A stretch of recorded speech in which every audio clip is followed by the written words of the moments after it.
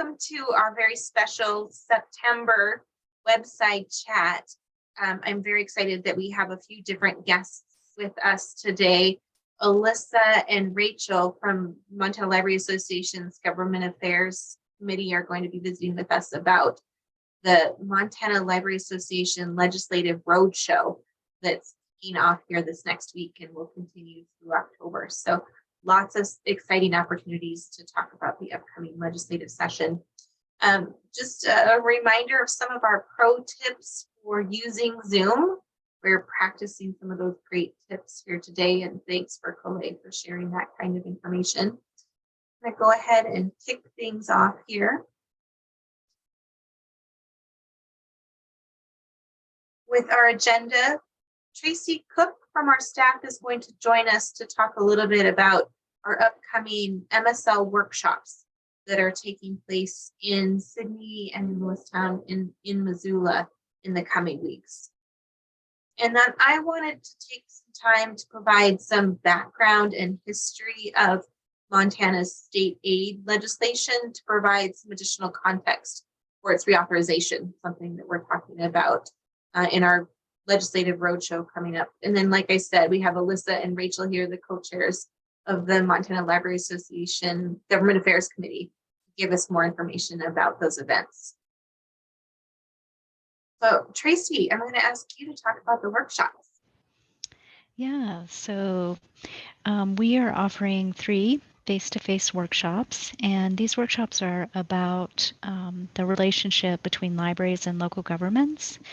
It's a 4-hour session, and kind of the first half is really doing a deep dive into the different duties of some of the key local government officials that libraries work with, library directors and library board members, and then kind of talking about the relationship and the connection between the 2 entities, the local governments and libraries, because libraries are, of course, separate from local government and yet connected to it through your funding mechanisms and other things like employees, benefits, and so forth. And then the second part of it is actually going to be doing a deeper dive into library finances and library budgeting. These workshops were born out of an idea that came out of the Directors Institute, kind of as a possible solution to trying to work with some of the tensions that exist with local government. I think primarily because of that, separate and connected, and people trying to understand each other's roles. So feel free, if you haven't registered, to register for the sessions in Missoula and Lewistown or Sydney. Sydney is coming up this Monday, and I hope to actually be able to offer some other sessions like this, working closely with MACO, the League, and even Local Government Center. So thanks for that time, Jenny. Appreciate it. Thanks. Any questions for Tracy before we move on? We'll take just a minute, and feel free to unmute yourself or post in the chat.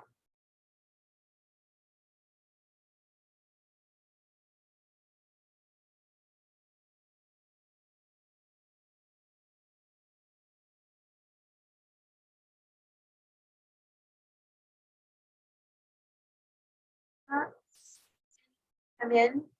Tracy has some driving ahead of her today, heading out to the South Central Federation meeting in Red Lodge and then on to Sydney. So safe travels, Tracy, and I hope everything goes really, really well. Stacy wanted to know if the events are in person or online. They are going to be in person.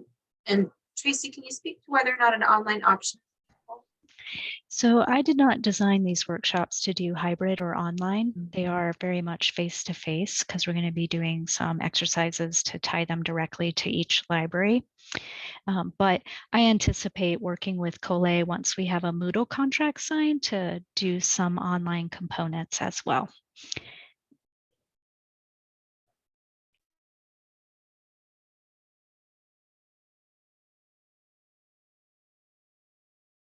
Thanks for sharing those details, Colette. Those details are in the chat.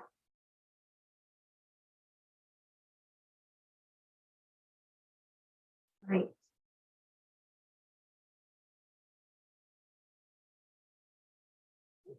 So like I said, I wanted to provide some history and context for why we're talking about the reauthorization of the per capita per square mile state aid.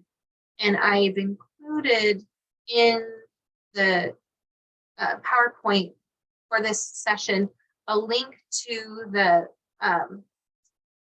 Montana Code legislation for the state aid. State aid in Montana is considered what's called a statutory appropriation, meaning that by law, the legislature appropriates funds. They are appropriated in the state library's budget for the express purpose of distributing as per capita per square mile state aid. Prior to 2013, that statutory appropriation did not exist. The state library just had funding in their budget for state aid, and the commission would budget for that funding each year when the commission created the state library's budget. And that amount was roughly $100,000 prior to 2013. So about $100,000 shared by 82 public libraries. Not a lot of money. It didn't go very far. And so around 2010, 2011, then State Librarian Darlene Staffelt sat a task force to help advise the state library on how the state library might better distribute state aid to make it more meaningful and more equitable for public libraries. And what that task force said, their final conclusion was, it didn't matter how you sliced and diced it, $100,000 just simply wasn't enough money to make a meaningful difference. And so their recommendation to the state library was that we seek additional funding. And so in 2013, we worked with the Montana Library Association to pass legislation that created this statutory appropriation. And what it says in law, I'm just a little nervous to click this link and be able to get back to my PowerPoint. But what it I says, got it. Thanks, Colleen. What it says is that the statutory appropriation is set at 40 cents per capita tied to the decennial census. And so we increased the amount of state aid from about 400 or about 100,000 to, at that time, just under $400,000 a year. And also tied to statute and administrative rule is a requirement that public libraries meet Montana's public library standards. And if they do, then they're eligible for this funding. And so we've been distributing approximately $400,000 since 2013. The original legislation, when it was passed, had a sunset in 2017. The legislature passed the law with a sunset that gave us the chance to demonstrate the importance of this funding back to the legislature before they reauthorized it. And so we went through a successful legislative session in 2017 where we were able to talk about the kind of meaningful difference the state aid makes to public libraries, and the legislation was reauthorized. There was a period of a couple years when due to state budget cuts at the state level, the state aid was unfunded, but it's been since refunded. In 2020, with the increased population in the decennial census, we saw an increase of about $35,000 to the overall amount that's being shared by the 82 public libraries. When the statutory appropriation was reauthorized in 2017, it was reauthorized with the sunset of 2023. So that brings us to the upcoming legislative session. We now need to go through the process again of carrying legislation through the legislative process and having that legislation approved so that the legislature will again reauthorize this statutory appropriation. The sunset period of approximately 6 to 10 years is very standard. I expect when we see introduced legislation that will have some kind of sunset date similar. We are asking for two changes to the statutory appropriation. We are asking for the amount to be increased from 40 cents per capita to 50 cents per capita. And that the reasoning for that is twofold. One is just to help keep up with the cost of inflation. And then secondly, and you've heard me talk about this before, we want to make those tribal college libraries that provide community library services and meet the public library standards, want to make them eligible for this funding as well. And so an increase in the total amount would help to ensure that we don't negatively impact public libraries by having additional libraries eligible for that funding. So the State Library Commission has supported this legislative request. We have submitted draft legislation to the governor's budget office.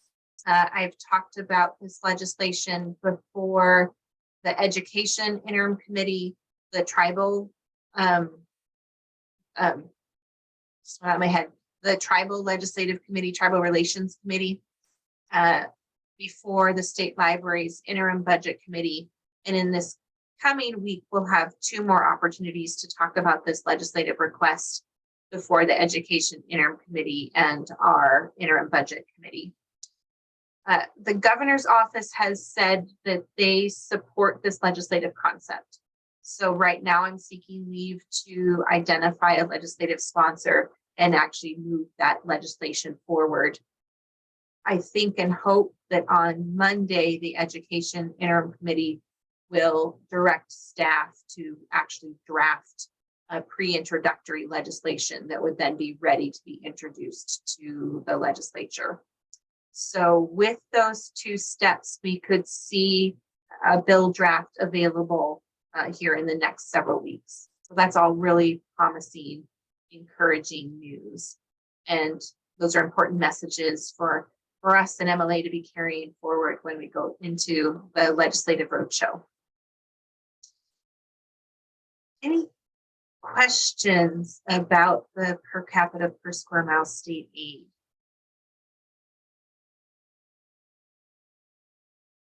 We will be reaching out to all of you to have you help us tell the story of how you use your funds and the difference that they make in your communities. That's such an important part of the legislative process.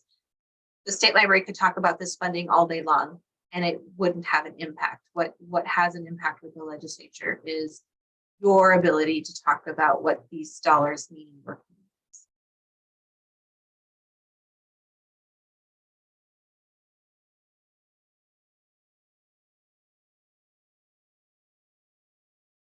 Just going to stop and again ask if there's any questions. Again, feel free to unmute or enter any questions into the chat.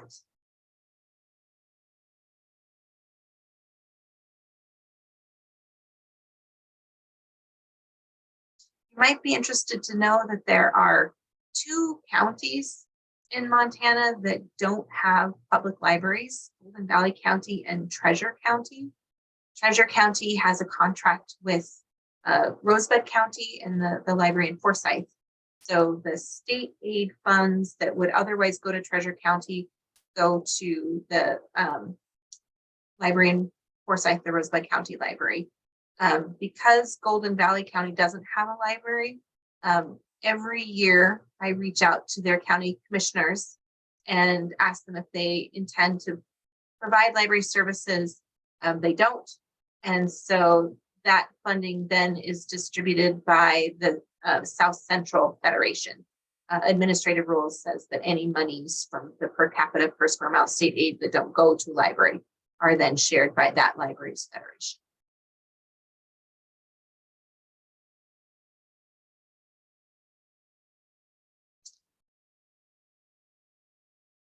Okay. Before I turn things over, oh, please go ahead. No, the chat is very quiet, so I just want to encourage folks to share their questions or their comments there, and we'd love to hear from you.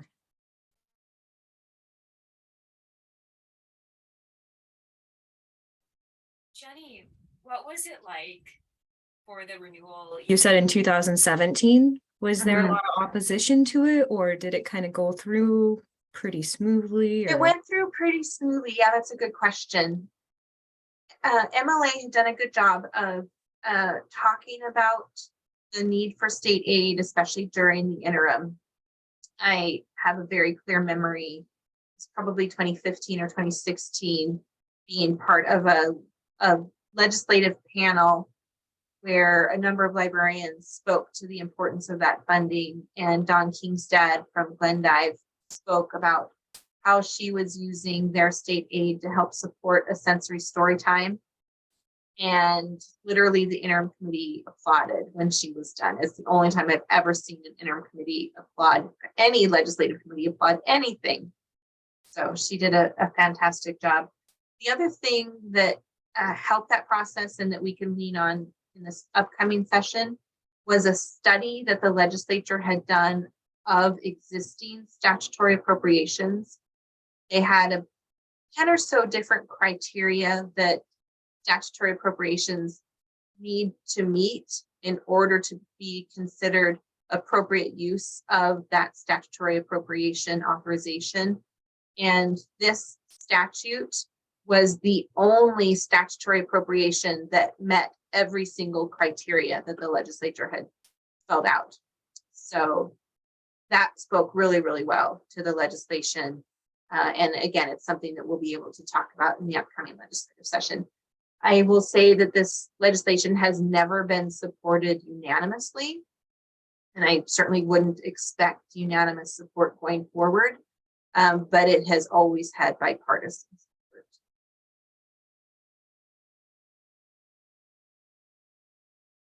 One of the key things that we'll be talking about in the next couple of months is who our legislative sponsors might be. And like I said, I've asked the governor's office if it's appropriate for us to now start asking for a legislative sponsor. In 2017, Representative Frank Garner from the Flathead carried the legislation, and he was a fantastic sponsor. He is not in the legislature anymore, so we will be looking for Republican, somebody from the majority party, to carry that legislation. Ideally, someone on the House Appropriations Committee. The bill will start in the House. It will be heard before the House Appropriations Committee. And then, assuming it passes that committee, it'll transmit to the Senate and be heard in Senate Finance and Claims. So we always need to have a representative sponsor the legislation on the House side. So that'll be an important consideration. I hope perhaps someone on the Education Interim Committee or the Interim Budget Committee might be willing to sponsor that legislation, and that's something I'll be talking to them about this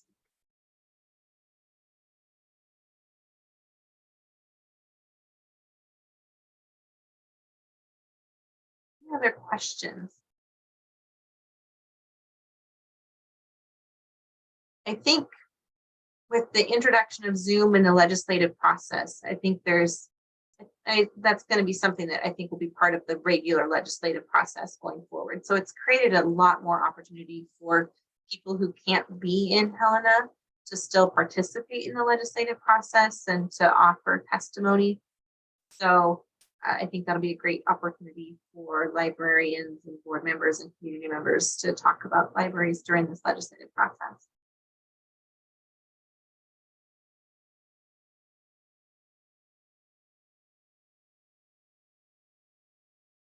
All right. Well, per our good Zoom practices, go ahead and take just a 1-minute balance break. Go ahead and stretch away.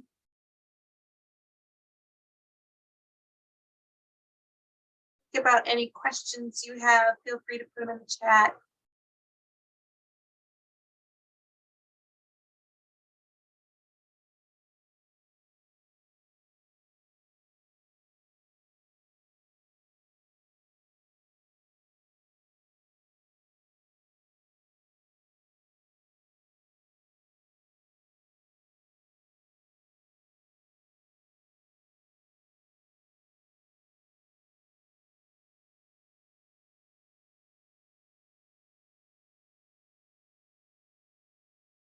Right.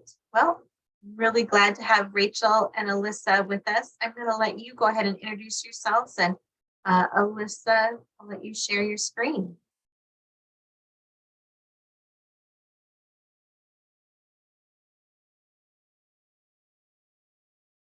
Rachel, would you like to start? And I'll finagle the screen sharing.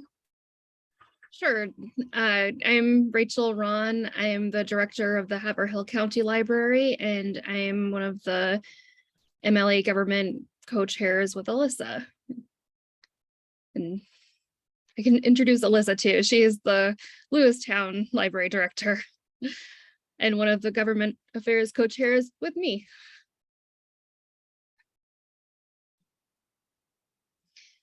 So do you want me to talk a little bit about the, so this is kind of another half, I guess, of what Jenny was talking about. MLA is supporting a bill that's asking for about $5.5 million for resource sharing that will really directly benefit libraries in Montana.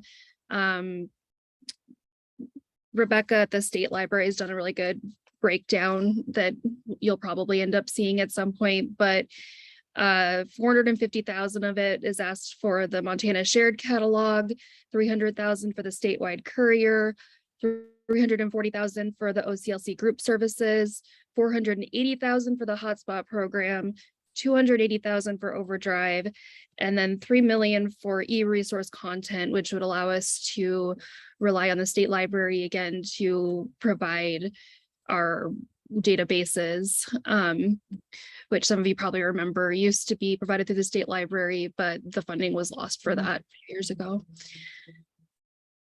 So part of the reason that MLA's Government Affairs Committee decided to support this was because of the spotlight that libraries are under right now. We thought this was a really good opportunity to show the value of libraries in our local communities and garner support for all the challenges we're facing right now.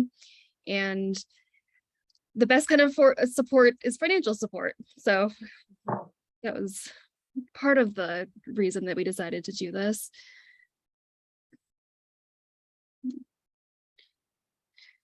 Alyssa, do you have anything you want me to add to that or that you want to add to that?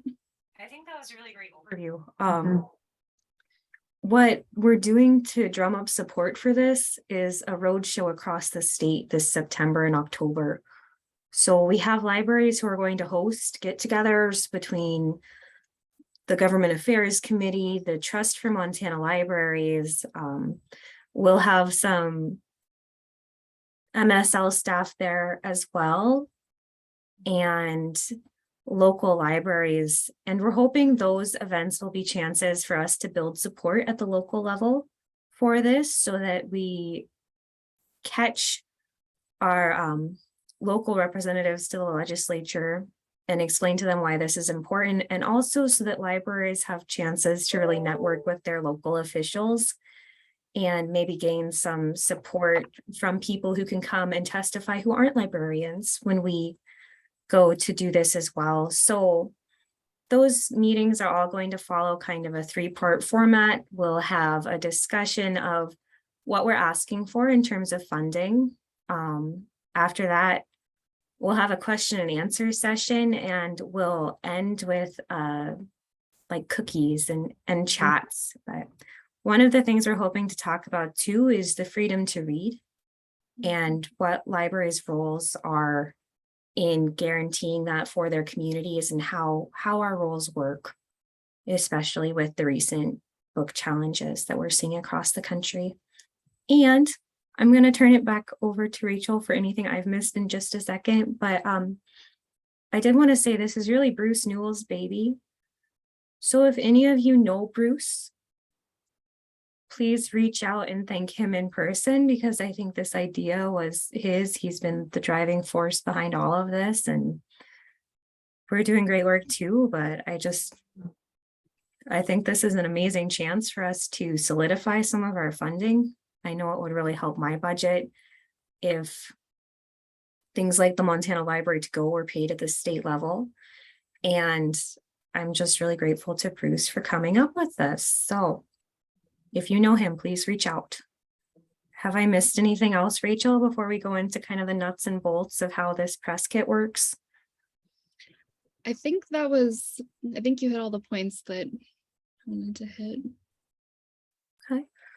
So the Government Affairs Committee put together this press kit to help libraries explain what this is and send out invitations and talk to local media about these events. So this is how it's set up. It's set up as a Google Doc. So if you have any difficulty navigating that, please contact me and I'm happy to help you go through that. And what it is it's a press release that you can send out to local media. It goes through what we're doing, what these events are going to be, kind of some of the background of state aid, and really focuses on how this additional funding would be really cost effective to share these resources at the state level and do some money saving that way. It includes the dates and locations and times. And with this, the closer you download it to the actual date of your event, the more helpful it's going to be. Because like right now, I'm still finalizing a time with Billings, but we should have that very soon. And once we do, I'll update that and it'll just change. So basically, if you download this when you need it, it'll have all the most current information. We also have an invitation letter that you can go through and fill in the blanks. Basically, if you're going to send out letters to your local communities and officials, it includes the link and the QR code to this wonderful cost analysis breakdown that I think Rebecca Camp put together. And with all of these, what I've given you is permission to view these documents. And what you do to change them is you go over here to file and you can download these like as a Microsoft Word document and then put them on your own library's letterhead and make any changes that you need to, like if your friends of the library is sponsoring food from a specific location or anything like that. If someone makes really good cookies and you want them to know they'll be there, that sort of stuff. And finally, we have a little social media kit that you can use if you want. And that includes the following text, this text that you can add in the Facebook and Instagram posts. And it also includes links to just a little graphic that you can save to your computer and then plug that photo into your library's Facebook or Instagram with this text and share out for your events. So what questions do you have about this kit? I'm sure there are some questions. That graphic looks awesome. I don't know who designed it, but kudos. Thank you. It was me. I love it. Thanks. Oh, Clay, do I see a hand there? No, I was just applauding. It looks great. And the links for all of these resources are in the chat.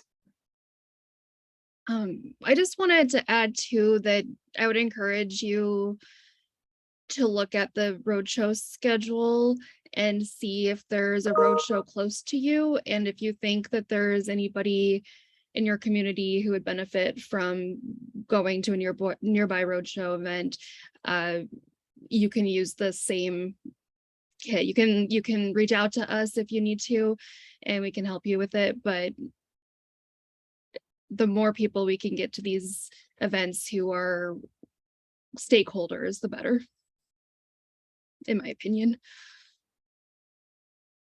I shared the list with the State Library Commission this morning, and at least one said they'll be at the one in Great Falls. Okay.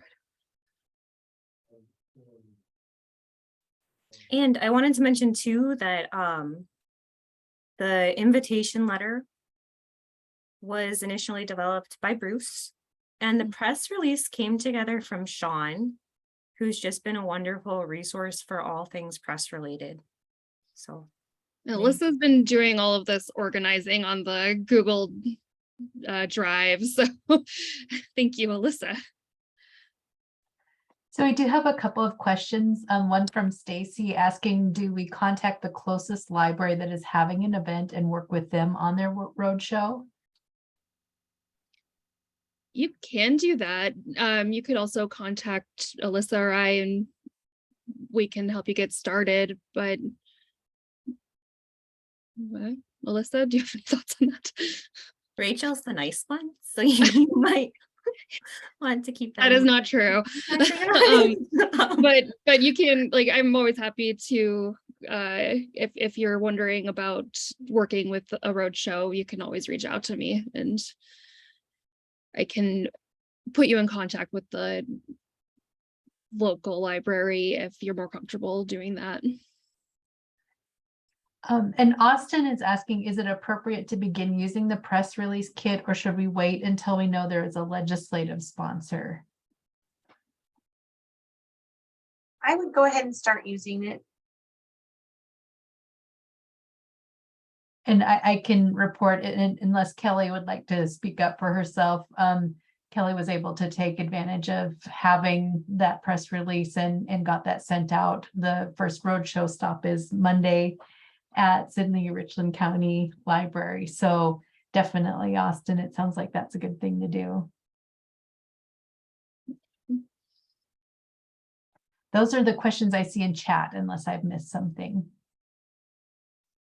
One of the things we've talked about too is that this is a really good opportunity to kind of build coalitions between local officials and the public libraries and the school libraries, right? Mm-hmm. We're getting kind of hit pretty hard right now. So inviting your school librarians to these events so they can network with these people would be probably a very good idea.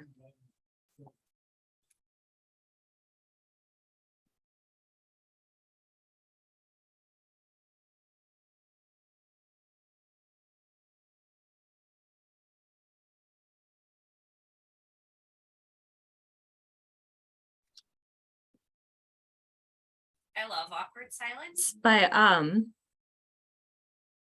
can we have like 10 seconds for any more questions?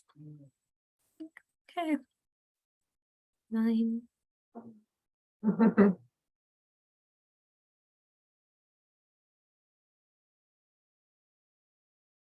right, that concludes our presentation.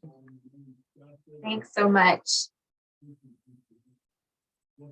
I just want to say huge kudos to MLA Government Affairs. Alyssa and Rachel have done great, and absolutely, like they said, this is Bruce's baby, and he's been carrying the mantle really well. So, but everybody's pitching in, all of the hosts and Government Affairs Committee members. So it's great to see that level of support. So just to reiterate some of the key legislative messages that they were talking about, the importance for funding, and all Montanans benefit from expanded access to library services.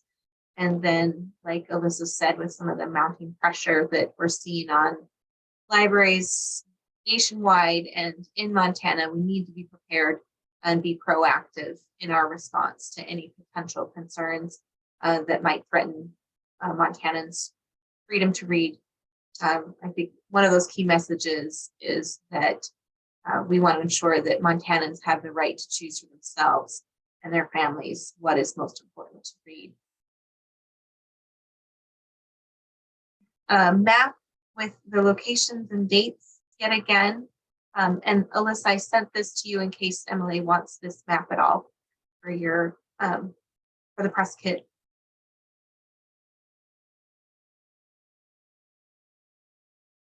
And as always, we have a variety of different places where you can keep up with information coming from the state library, our website, newsletters, help desk, Wired, etc. So be in touch with us. We're here to support you. I thought we would maybe go ahead and stop the recording, and anybody who wants to hang out and talk a little bit more about the upcoming legislative session, freedom to read issues, those kinds of things, and maybe share your thoughts and questions, and we can have a more open discussion.